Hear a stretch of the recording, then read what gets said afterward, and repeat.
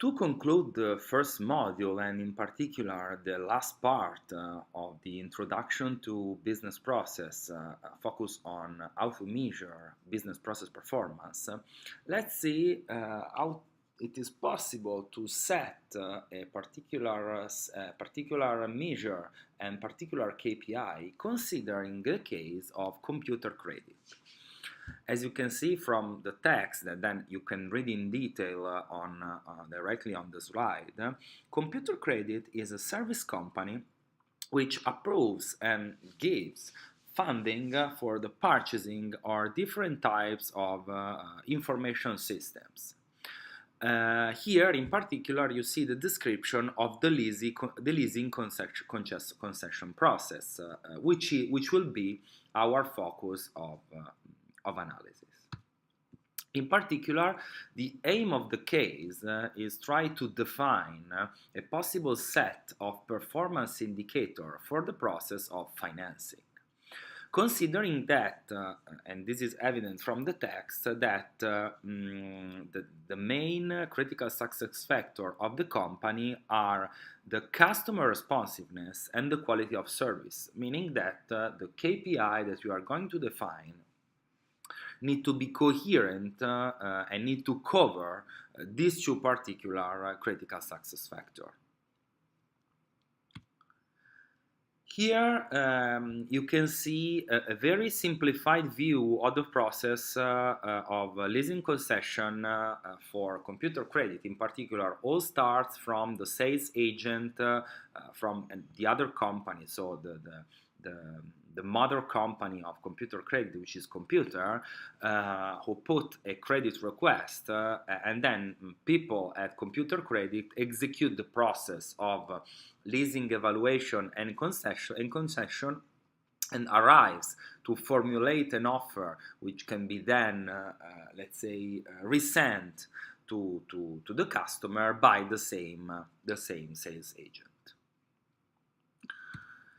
If we look at our, let's say, KPI tree made by general KPIs, internal KPIs, and external KPIs, this is just an example. I mean, just to make you understand how to define a specific set of key performance indicator. For the case, we can imagine to select only, let's say, the yellow square as the KPI dimension relevant for our analysis.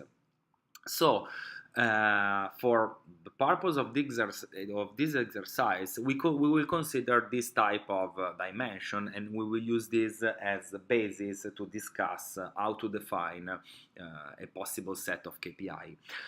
Please consider that in the following slide we will discuss and we will report value and metrics for KPIs for which not all the information are reported in text. I mean, this is an extract of a bigger case.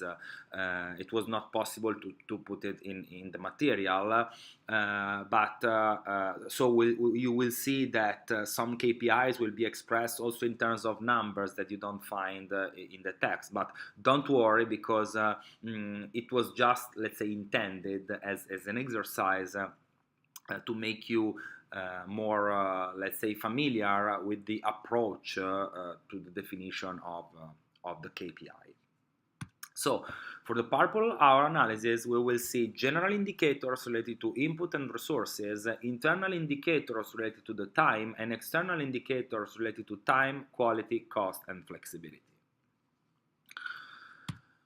First of all, related to the input dimension, we need first to measure, in order to evaluate the size of the process we are analyzing, what we call the number of credit requests. The number of credit requests can be expressed both in terms of number of agents involved in the process, so number of people in the function which work on a monthly basis, for example, in let's say, in managing this type of request, but also in terms of quantity. So average value on a monthly basis or on a daily basis or a weekly basis of the number of credit requests that computer credit sees during its operation. Why it is useful? Because it is important to assess the magnitude in input to the process, but also let's see how can be, for example, correlated to the processing times of the request. Maybe there is not an homogeneous distribution during time, and then can be peaks of request and the time of request processing can be different according to the workload of the number of credit requests in input to the process. Of course, the number is not enough. We should always compare and integrate the value of the numbers with the value in terms of monetary value of the request. Because the effort for managing a request, of course, change according to this monetary value. For example, the monetary value can be shaped by defining the distribution of the value during a certain amount of time, for example, by introducing its mean value and its standard deviation in order to understand which is the span in terms of monetary numbers that can be expected when a request is collected and start this type of process. Of course, as you can see here, the curve of the distribution is quite, even if you have not data in the test, as you can see, there is high variance and there are a great concentration on I value. As you can see here, the tails are not so large, while there is a real big concentration on large value, which means that could be tough to manage this type of request from a process perspective. Then, given the complexity of the process, it could be also useful to assess what we can call the degree of competencies, or let's say the skills and the abilities needed to execute the different activities of the process. This is just an approach and this is just an example. For example, we can assess the degree of competencies by associating one competencies to each task. So, we imagine that to execute one specific activity, one competence at least is needed. This is the most simple assumption that we can make. And so we associate one competence to each task. For example, here we see that we have four phases: request acceptance, order draft, contract, order dispatching. And each phase is composed by different activities. For example, request acceptance is composed by one activity, one competence. Overdraft instead is composed by three activities, and so three competencies are needed to execute the overdraft phase. Once we have, let's say, displayed this situation, then we can also match how many employees are involved in each phase. For example, you can see this number here. For the phase of request acceptance, you have 14 employees involved. For the overdraft, you have 35 employees involved. For the contract definition, you have 70 employees involved, and for order dispatching, you have 15 employees involved.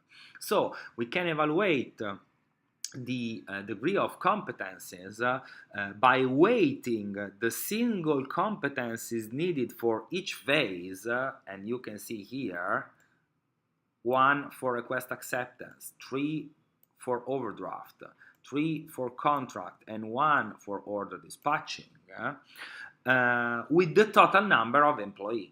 we weight each degree of competences for the different phases with the number of employees involved,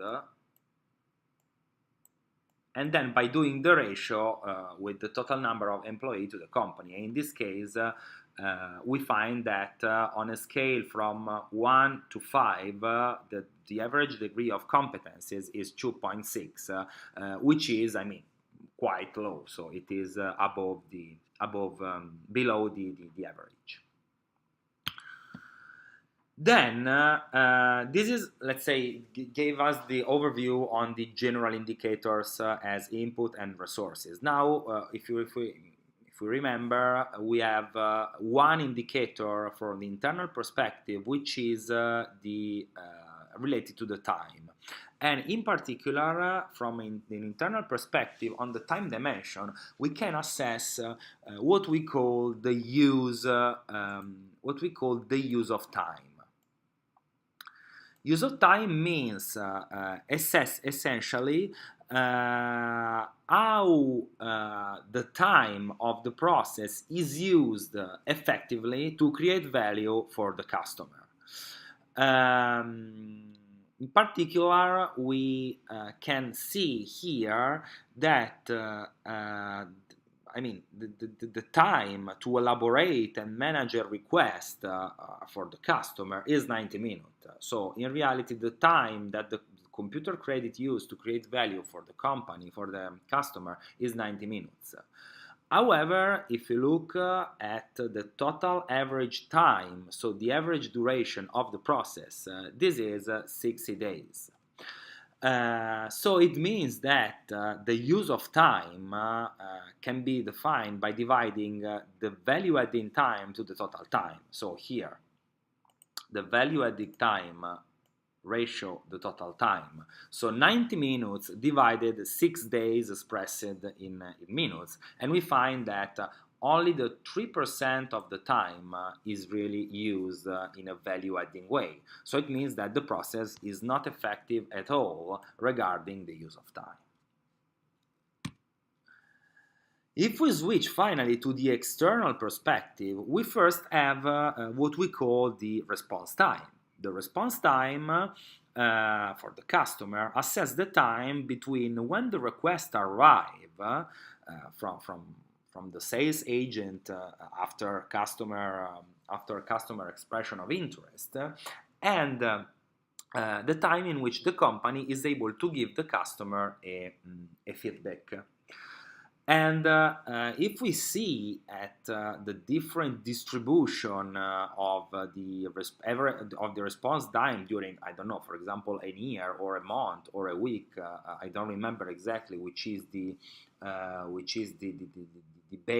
baseline for the time in the case, we can see that we have an average value of 6 days that we already recalled in a previous slide, with a very high variance, because the minimum value is 2, the maximum value is 14 days. So it means that the response time and thus the level of service that I'm able to provide to the customer is very variable, because it can be very short, 2 days, it can be very large, very long, 14 days. On average, it is 6 days. So it is a KPI that needs to be monitored in a very strict way.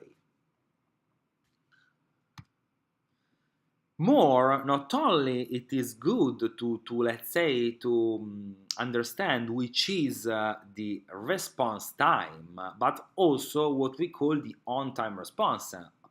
I mean, when the customer expresses interest in the company, in this case to have a quotation for the leasing and the financing, the company is promising to him a scheduled date for the offer to be resent to him or her. The on-time response, measure how computer credit is good in respecting the promised response date given to the customer. So it is the difference between the date promised to the customer and the actual date of response. If it is 0, it means that the promised date to the customer has been respected by the execution of the practical process. Of course, it is very important because this is linked to the quality of the services, which is one of the critical success factors that we introduced at the beginning of the case. Then we switch from quality, from time to the evaluation of cost for the customer. And first of all, we have the cost, I mean the loss of time, which is essentially the time expressed in monetary value, I mean in terms of hourly cost of the customer, that the customer needs to wait, the time that the customer needs to wait during the process, to the process being executed. If it is 6 days, if it is 2 days, this is a waiting time for the customer, meaning that the customer is waiting for a response on the company. And if it is another company, which means that its operation can be constrained in some way by the weight of the response by computer credit. Then we have the quality of the offer, so the other dimension relevant to the customer perspective.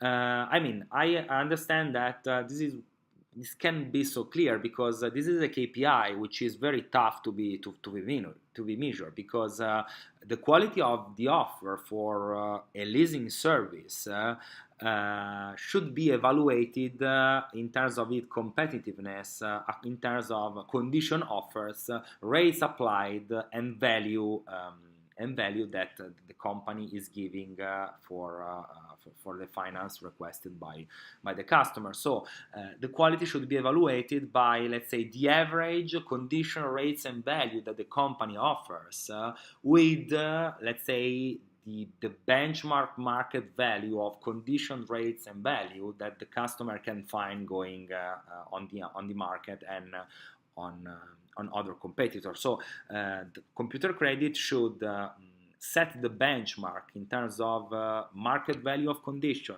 market value of rates, and market value of financing, and understand customer by customer if let's say the offer that is making to this customer is of high quality or low quality compared to the market condition. Beside this, we have also the information, the quality of the information that computer credit is able to give to the customer. I mean, during the process, the customer can make some question to the company, can want to collect some more information about the services that computer credit is offering, or some condition that may apply or not, and the company needs to be able to reply to this. For example, the customer can ask for clarification if he's going to put more money in advance when he starts the leasing, or if it is a foreign customer, what happened with having no credit history in the country of computer credit, and if it is possible to make some recovery plan to this in order to not pay too much interest rate and so on. So the customer expects to be given a response and a reply which is effective. So we can measure actually the number of inquiry made by the customer and the number of satisfactory answer given by the company, because there is not always the possibility to provide exhaustive answer to all the requests. I mean, in this case, you see, it's just an example, 20%, it means that on 10 inquiry made by the customer, just 2 are, let's say, effectively answered by the company. Then, in terms of quality, we have also what we have seen, the customer satisfaction. I mean, I don't spend too much here because the customer satisfaction, as already told you, it is a marketing, let's say, KPI, which is qualitatively assessed with different means. I mean, can be written or a survey, can be focus group, can be customer advisory panel, can be complaint analysis, can be critical events analysis, and so on, with the aim to arrive to a to translate this qualitative information in a quantitative value, like for example the traditional Likert scale spanning from 1 to 5, and evaluating how much the customer is satisfied from 1 to 5. Of course, according to from company to company, we need to shape one of these tools for measuring customer satisfaction accordingly to the type of process and the type of company we are analyzing. Finally, we have the flexibility. Flexibility means is strictly related to the quality of the offer. We see that the quality of the offer depends on condition, rates, and value of the financing and the leasing. Of course, the company should understand, in order to get the performance of this process, how much the process is able to satisfy customer request when he asks for variation to one of the variables. So instead of having an interest rate of 2%, let's try to put 3% by, let's say, lowering the duration of the leasing. And so this variation of a single variable needs a quick response by the company, and the fact that they should reply with a feasible offer, and the customer is expecting that according to its simulation, the company then is able to modify the offer accordingly.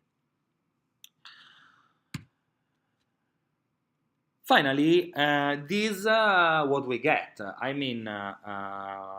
think that they are some KPIs more that I didn't include in the previous analysis, or for example, number of people per function were just one of the different way to measure the number of requests in input to the process. But by the way, once you have defined, once you have made this reasoning, you finally get a tables like this, where you have let's say all the KPIs, where you have all the KPIs on one column, and you need to understand which of them to be included in your set of KPIs that then need to be implemented in order to measure business process performance. For example, this is just an example. A good approach to evaluate KPIs is, let's say, using some evaluation dimension like comprehensibility. So how much the KPI can be easily communicated to other people in the company. Cost, how much the KPI cost in terms of measurement efforts. Significance. For example, look for example at number of people per function.